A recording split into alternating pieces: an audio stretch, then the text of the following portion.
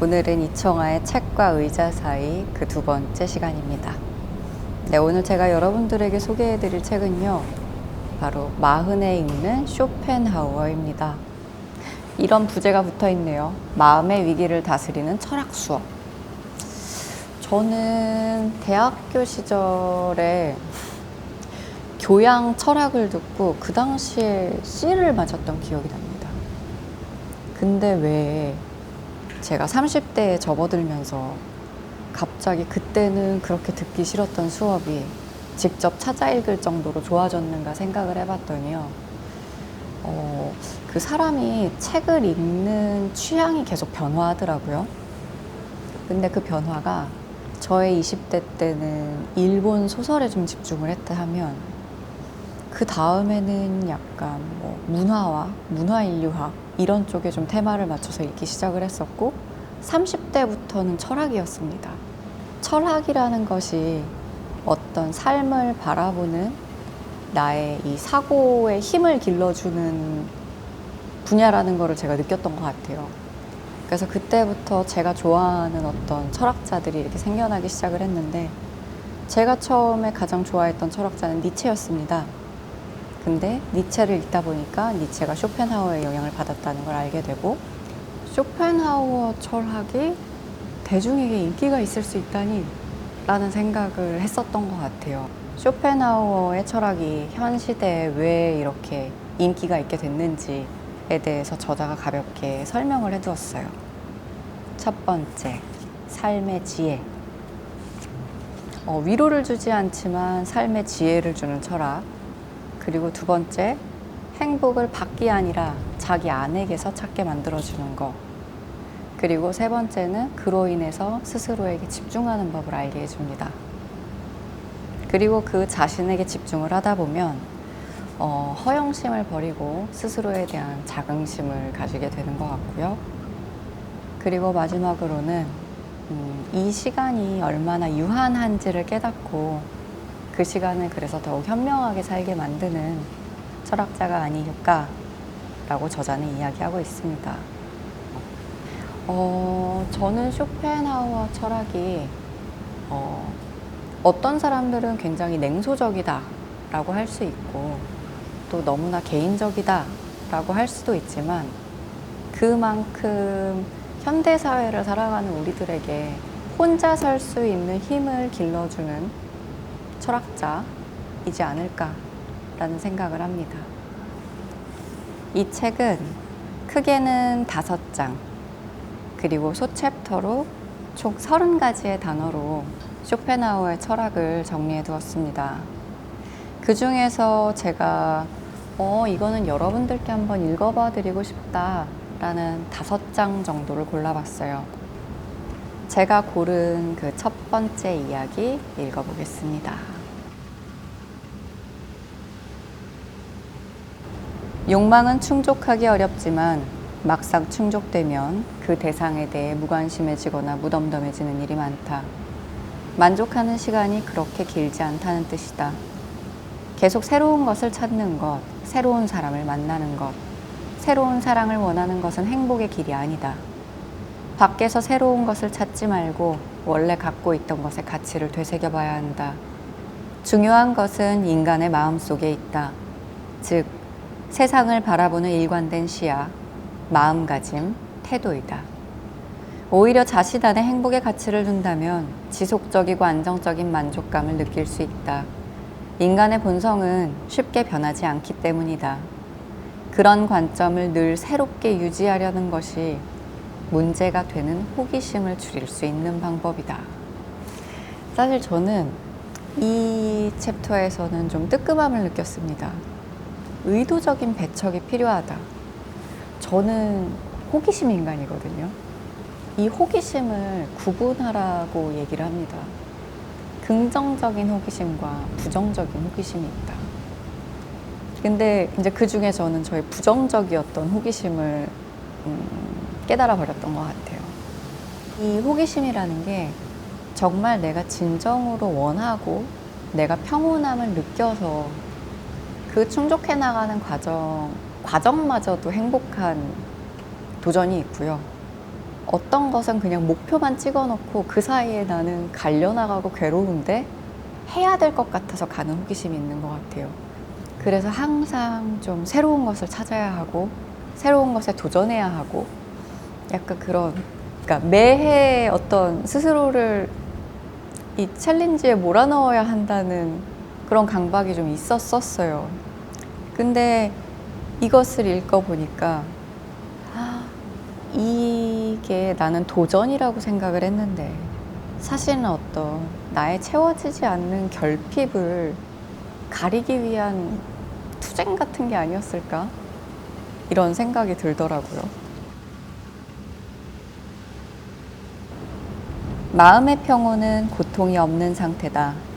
현명한 인간은 무엇보다 고통이 없는 상태, 괴롭힘을 당하지 않는 상태, 안정과 여유를 얻으려고 애쓴다.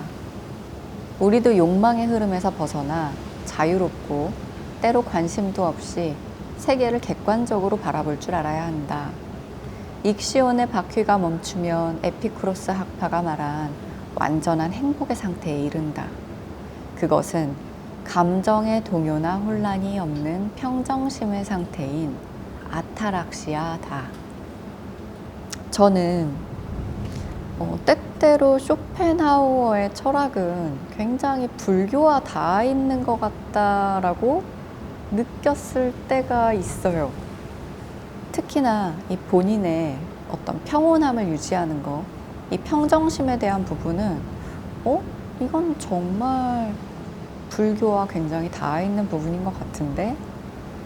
라는 생각을 하게 되더라고요. 그리고 제 인생의 테마가 하나가 있는데 그것은 바로 이제 생동감이에요. 저는 제가 항상 생동감이 있는 사람이기를 바라면서 이제 그 테마를 제 머릿속에 넣고 살거든요.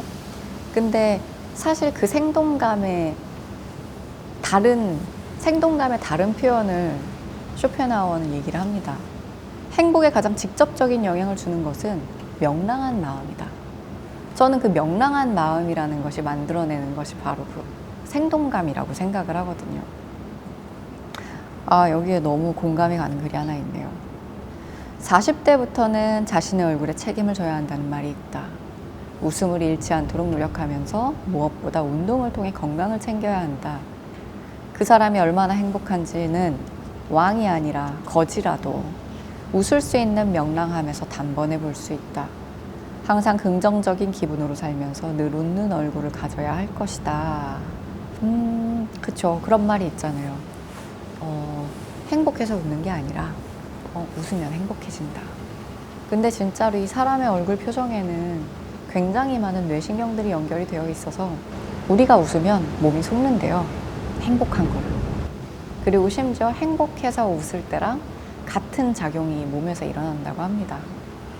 여기와 맞물려 생각나는 구간이 하나 더 있습니다.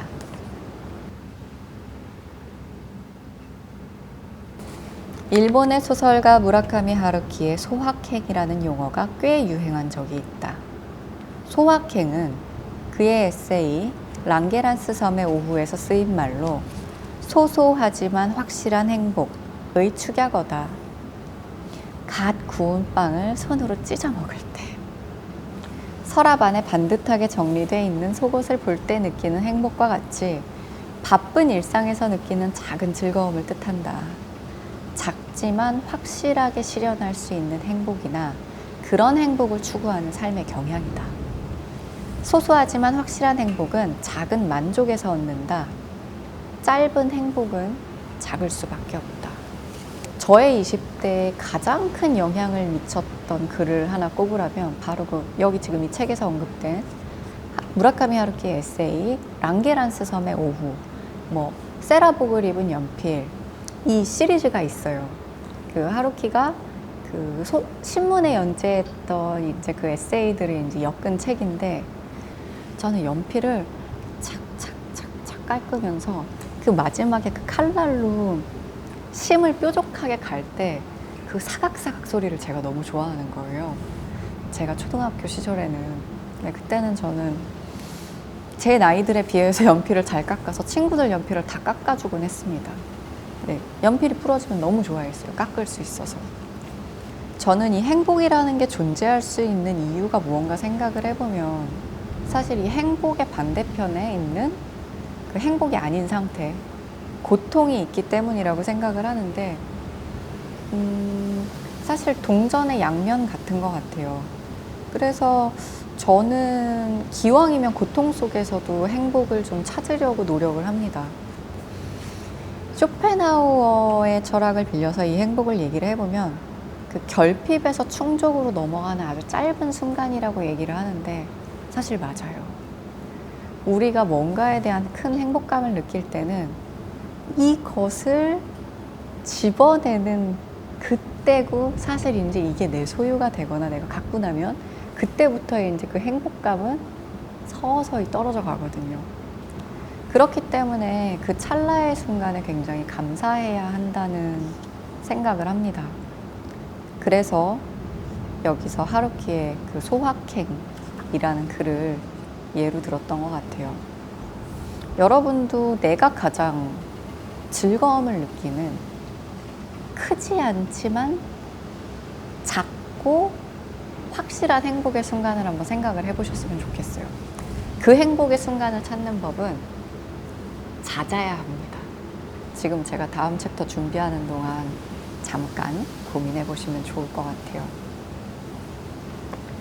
저에게 또 그런 잦은 행복이 뭐일까 생각을 해보면 바로 좋은 책을 찾았을 때입니다.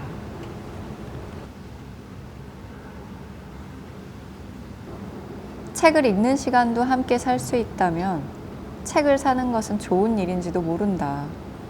하지만 사람들은 대체로 책을 구입하는 것과 그 책의 내용을 자기 것으로 만드는 것을 혼동한다. 이 말을 듣고 뜨끔한 독서인들이 많으실걸요? 저도 한때 책을 사면 마치 제가 그 책에 있는 어떤 이 지식과 정보와 어떤 이 사상을 제가 흡수했다라고 생각을 하는데 절대 그렇지 않습니다. 정말 저와는 굉장히 다른 의견의 책도 있을 수 있는 것이고, 그리고 사실은 제대로 읽지 못했으나 읽었다라고 착각하는 책도 굉장히 많고, 그래서 정말 나를 건드리는 양서를 만난다는 게 정말 좋은 연인을 만나는 것처럼 굉장히 쉽지 않다라는 생각을 해요. 좋지 않은 책을 읽었을 때는 단순히 어떤 이 내가 지불한 대가가 아까운 것뿐만 아니라 그것을 읽는 나의 정신에도 해로울 수 있다라는 거를 굉장히 경계해야 되는 것 같아요. 우리는 가끔은 이 책이라는 것에 너무 크게 무게를 두고 이 안에 있는 거를 그냥 받아들이려고 하는 것 같은데, 저도 제가 그런 태도가 있다라는 걸 알고 그 다음부터 이제 조금씩 제 생각을 섞어가면서 독서를 하기 시작을 했거든요. 독서보다 독자적 사고가 훨씬 더 가치가 있다. 독자적인 사고 없이 남이 모은 견해를 받아들이는 것은 진리가 아니다. 쇼펜하우어는 사유 없는 다독을 경계했다. 독서란 자기 스스로 생각하지 않고 다른 사람이 대신 생각해 주는 것이다. 맞아요. 그래서 저는 제가 어떤 존경할 만한 삶을 살아낸 인물들의 책이나 그 전기를 읽는 걸 좋아합니다. 그냥 좋은 선생님을 만나는 거랑 비슷한 것 같아요. 독서 얘기하니까 좋다. 사실 이 코너도 여러분들에게 독서의 기쁨을 더 많이 전하고 싶어서 만들어진 코너니까요. 22번 챕터, 23번 챕터가 제가 좋아하는 챕터 중에 하나예요. 예전에 한동안 제 메신저 프로필에 한 2년 혹은 3년 가까이 적혀 있던 그 상태 메시지가 있어요. 그게 바로 이제 comfortable distance라고 쓰여 있었었는데, 저는 이 편안한 거리감이라는 게 저한테는 그 당시 제가 굉장히 꽂혀있던 단어였습니다. 서로를 존중하기 위한 거리, 바로 이 관계와 고독. 저는 이 고독이라는 단어도 저한테는 긍정의 챕터에 들어가 있는 단어 중에 하나거든요. 그리고 이제 여러분들에게 마지막으로 읽어드리고 싶은 구간이 나왔습니다. 이 세상을 떠날 때 어떤 이는 무상하다고 한탄하지만 어떤 이는 소풍처럼 기쁜 마음으로 떠날 수도 있다. 저의 삶의 테마와도 굉장히 비슷한 이야기예요. 이 책의 가장 마지막 페이지에는 문명은 나아질 수 있다 라고 쓰여 있어요. 코로나 시기가 저한테는 정말 오랜만에 다시 좀 책을 굉장히 이렇게 루틴하게 읽을 수 있게 해줬던 시간이었어요. 그리고 막 그때 굉장히 바쁘게 촬영을 하고 있었는데 막 그 촬영들이 막 일주일, 2주일씩 이렇게 쉬어버리면서 집 밖에도 못 나가니까 정말 집에서 할 일이 보고 먹고 자는 거밖에 없더라고요. 근데 그 시간 동안에 예전에 좋아했던 책들을 이제 좀 다시 읽고 그랬었는데 그 한 일주일이 저한테는 잠시 제가 지금 가고 있는 길이 어디인지 내가 지금 어디에 와 있는지를 생각하게 만들었던 시간이었어요. 내가 내 생이 끝날 때 나 참 넓고 깊게 살았다라고 생각을 하면은 그보다 좋은 나에 대한 평가가 있을까? 라는 생각을 했는데 그렇게 정해놓고 나니까 어떤 고난이나 힘든 시기들이 왔을 때 그거를 약간 불행이라기보다 그냥 과정 그리고 만족할 수 있는 태도가 생겨나는 것 같아요. 이 마지막 챕터가 나 자신이 누구인지가 중요하다. 자기긍정이라고 되어 있는데 이 자기긍정이라는 것이 생겨날 수 있는 이유는 내가 어떤 내 삶의 태도에 대한 확신 그리고 신뢰인 것 같아요.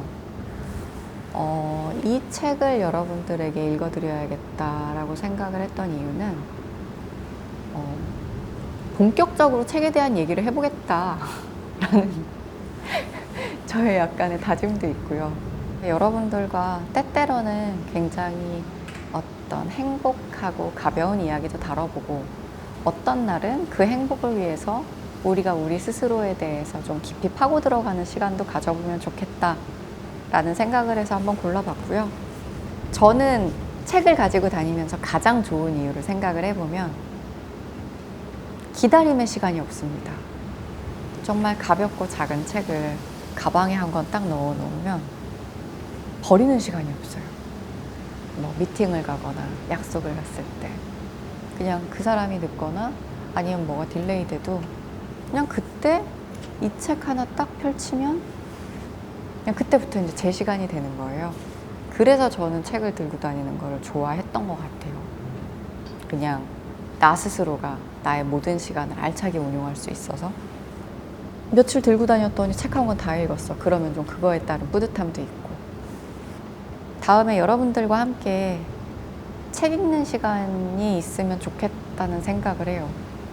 그냥 진짜 다 같이 모여서 책만 읽고 헤어지는 거예요. 언젠가 이 책과 의자 사이에 의자 30개가 있는 날도 있지 않을까요? 저희 감독님 지금 끄덕끄덕 하셨어요. 네, 이 책과 의자 사이 오늘 마흔에 읽는 쇼펜하우어 한번 읽어봤고요. 여러분들과 함께 책과 의자 사이의 우리가 되는 날도 기대해 보겠습니다.